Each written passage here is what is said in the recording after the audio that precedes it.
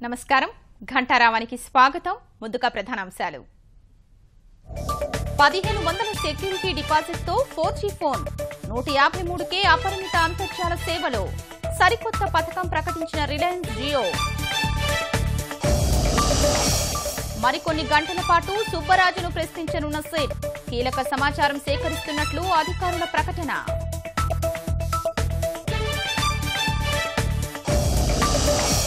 ఇప్పటి వరకు 17 పబ్ల పేర్లు బయటకొచ్చాయన్న అకున్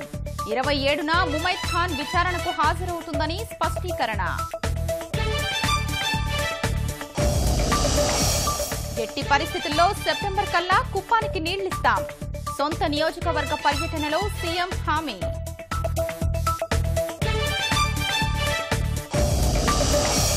మంగళగిరిలో 5కేర్ ఐటీ సంస్థ ప్రారంభం 2019 నాటికి 10,000 ఉద్యోగాలు కల్పిస్తామన్న లోకేష్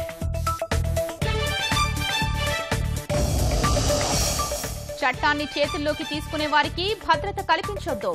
గోరక్షణ పేరిట హింసకు పాల్పడితే శిక్షించాల్సిందేనన్న సుప్రీంకోర్టు